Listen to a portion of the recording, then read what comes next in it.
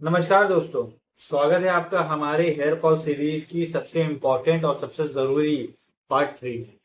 पिछले दो वीडियोस में हमने हेयर फॉल का असली कारण, वात पित्त कफ की ऑर्गेनिक साइंस और किचन के बेहतरीन घरेलू नुस्खे और साथ ही साथ सही डाइट के बारे में डिटेल में बात की। मुझे पूरी उम्मीद है कि आपने उन सिंपल रेमेडीज को और लाइफस्टाइल चेंजेस को अपनाना शुरू कर दिया होगा।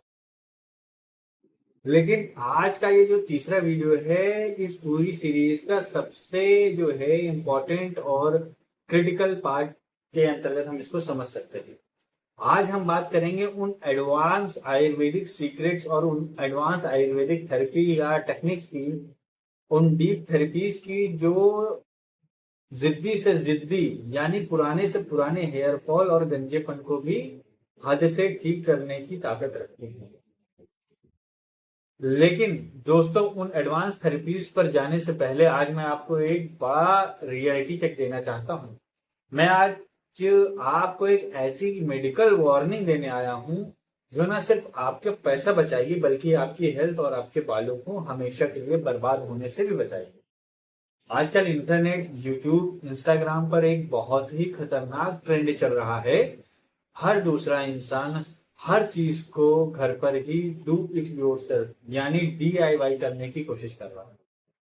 लोग सोचते हैं कि क्योंकि ये आयुर्वेद है, हर्बल है, नेचुरल है, तो इसका कोई साइड इफेक्ट नहीं होगा, इसे जैसे चाहे घर पर यूज कर लें। ये आपकी जिंदगी की सबसे बड़ी भूल भी साबित हो सकती है। आयुर्वेद सिर्फ किचन के मसालों का नाम नहीं है, ये एक पूरी मेडिकल साइंस है, एक सिस्टम ऑफ मेडिसिन है। जैसे आप सर्जिकल टूल लेकर घर पर सर्जरी नहीं कर सकते, वैसे ही आयुर्वेद की एडवांस मेडिकल थेरेपीज जो हैं उन्हें बिना एक्सपर्ट्स के घर पे ट्राई नहीं की जा सकती। अगर इन्हें गलत तरीके से किया जाए तो इसके बेहद गंभीर कॉम्प्लिकेशंस और साइड इफेक्ट भी हो सकते हैं।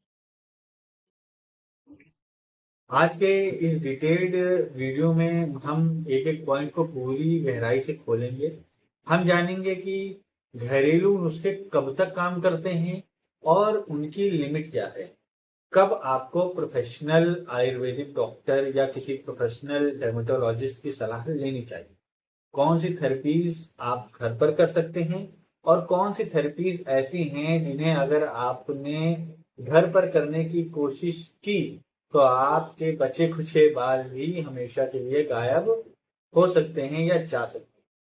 तो आराम से बैठिए, एक एक शब्द को ध्यान से सुनिए और इस क्रिटिकल जानकारी को पूरा समझ। सबसे पहले हम इस सवाल का जवाब बिल्कुल क्लियर कर दें कि घरेलू नुस्खे कब तक करने चाहिए, उनकी लिमिट क्या है और कब उन्हें तुरंत रोक देना चाहिए। तो दोस्तों, जो डाइट और होम रेमेडीज मैंने आपको पार्ट 2 में बताई हैं, जैसे खाली पेट कड़ी पत्ता चबाना, आंवले का जूस पीना, भीगे बादाम खाना या हल्के हाथ से भृंगराज और तिल तेल के स्कैल्प मसाज करना, ये सब बहुत बेहतरीन और चमत्कारी काम तो करती हैं। लेकिन तब जब आपका हेयर फॉल शुरुआती फेज या अर्ली स्टेजेस में, अगर आपके बाल बदलते मौसम की वजह से झड़ रहे हैं, जैसे सीजनल हेयर फॉल है, थोड़े बहुत स्ट्रेस से टूट रहे हैं या हाल ही में खाने पीने की गड़बड़ी से वीक हुए हैं, तो घरेलू नुस्खे और एक अच्छी डाइट 30 से 40 दिन में अपना असर दिखा देती है।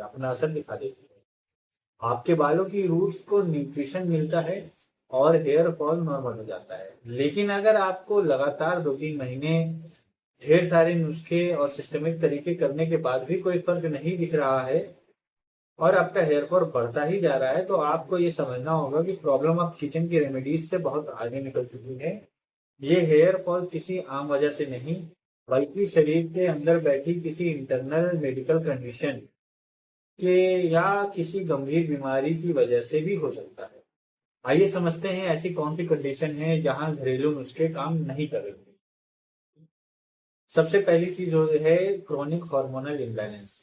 अगर आपको थायराइड की समस्या है, खास करके हाइपोथायरॉयडिज्म, जहां थायराइड ग्लैंड जो है हेयर ग्रोथ सेल्स को इफेक्ट करती है, या फिर लड़कियों में PCOS या PCOD, की वजह से जो है शरीर में मेल हार्मोन ठीक शरीर में मेल हार्मोन बढ़ जाते हैं, जिससे बाल बहुत तेजी से झड़ते हैं। ऐसे में जब तक हार्मोन का जो लेवल है वो मेडिसिनली बैलेंस नहीं होगा, तब तक आंवला या कड़ी पत्ता बाल का झड़ना नहीं रोक पाएंगे। फिर इसके बाद आते हैं दूसरा जो हमारा पॉइंट है, वो होता है सीवियर न्यूट्रिशनल डिफिशियंसी। अगर आपके शरीर में फेरिटिन या आयरन स्टोरेज जो है वो बहुत ही ज्यादा उसका लेवल ड्रॉप हो गया है, हीमोग्लोबिन भी बहुत कम हो रहा है, या विटामिन B12 या विटामिन D3 की भयानक कमी है, ऐसे हालात में स्कैल्प तक ऑक्सीजन और एनर्जी पहुंचती ही नहीं है। ऐसी कंडीशन को भी ध्यान में रखिए। ये एक ऑटो एलोपेशिया की बात करें तो ये एक ऑटो इम्यून डिसऑर्डर भी हो सकता है, जहां आपके शरीर का इम्यून सिस्टम आपके हेयर फॉलिकल्स को अपना दुश्मन समझकर उन्हें डिस्ट्रॉय करने लगता है।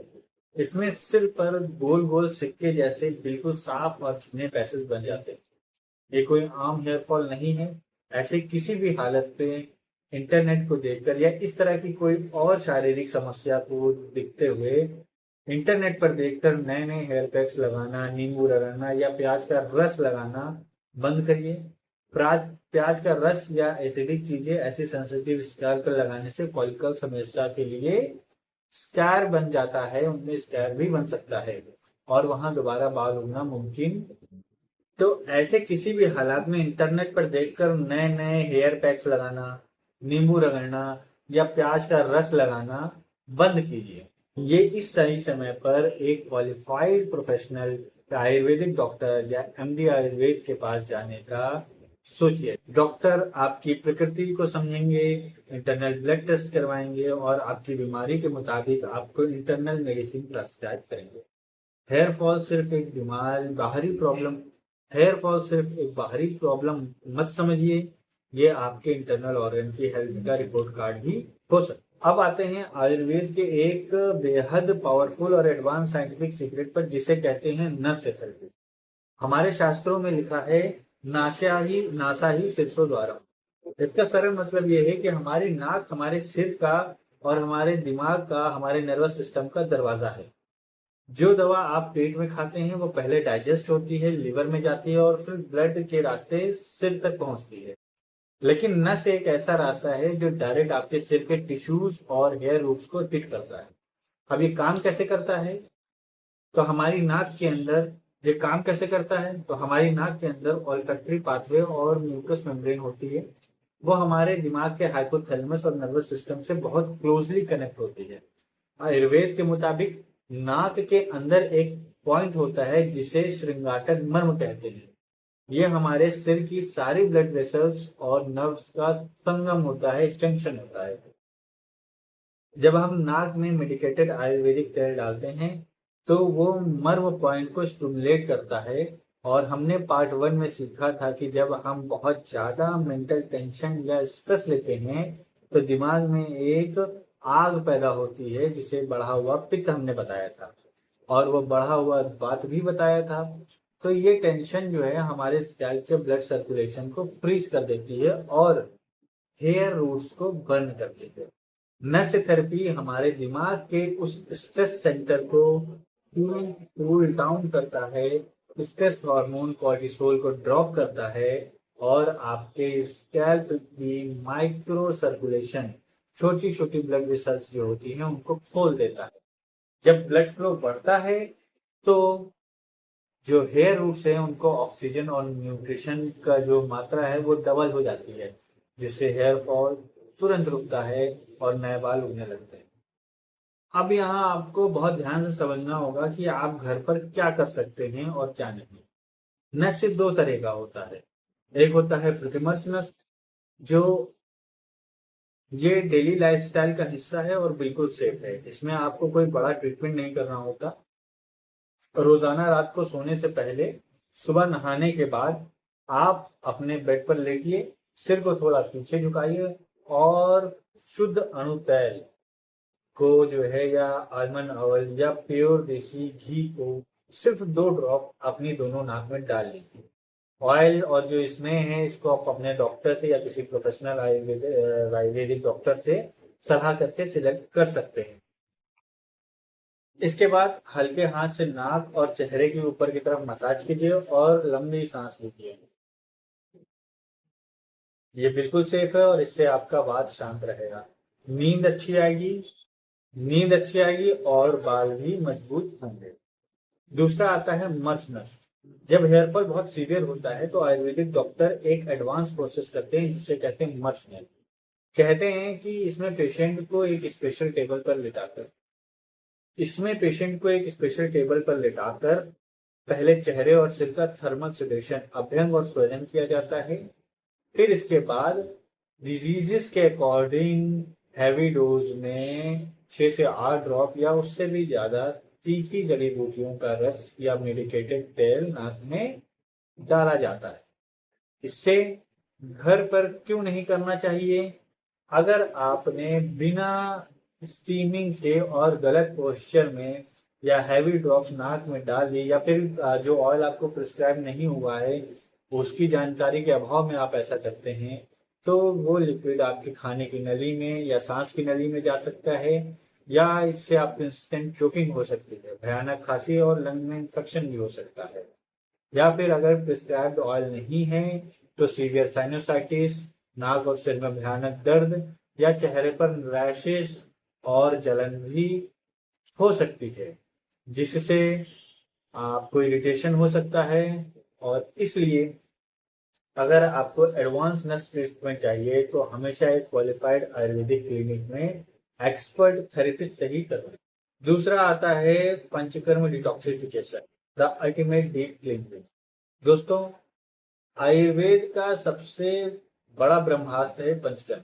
जब हेयर फॉल सालों पुराना हो और स्कैल्प पर गंजापन जो होता है वो साफ दिखने लगा हो और फॉलिकल पूरी तरह से सो चुके हैं तो नॉर्मल मेडिसिन या ऑयल नहीं करते हैं, क्योंकि तब तक स्कैल्प के पोर्स के अंदर खराब टॉक्सिन जमा हो चुके होते हैं जिसे आयुर्वेद में स्त्रोतोरोध यानी चैनल्स का ब्लॉक होना कहते हैं। इस ब्लॉकेज को तोड़ने के लिए पंचकर्म किया जाता है। हेयर फॉल्स के लिए 2 ट्रीटमेंट सबसे मुख्य रूप से किए जाते हैं। एक होता है विरेचन थेरेपी जिसमें दीप पित्त को डिटॉक्स किया जाता है। हमने इस सीरीज के पहले दिन से ही समझा कि पित्त जो दोष होता है वो इंटरनल जो बॉडी हीट होती है आपके हेयर रूट्स का सबसे बड़ा दुश्मन है। ये आग की तरह बालों को जलाता है। विरेचन का मतलब होता है थेरापेटिक परगेशन, यानी कंट्रोल तरीके से शरीर के टॉक्सिन्स को लूज मोशन के रास्ते बाहर निकाल। ये एक 7 से 15 दिन का लंबा साइंटिफिक प्रोसेस है।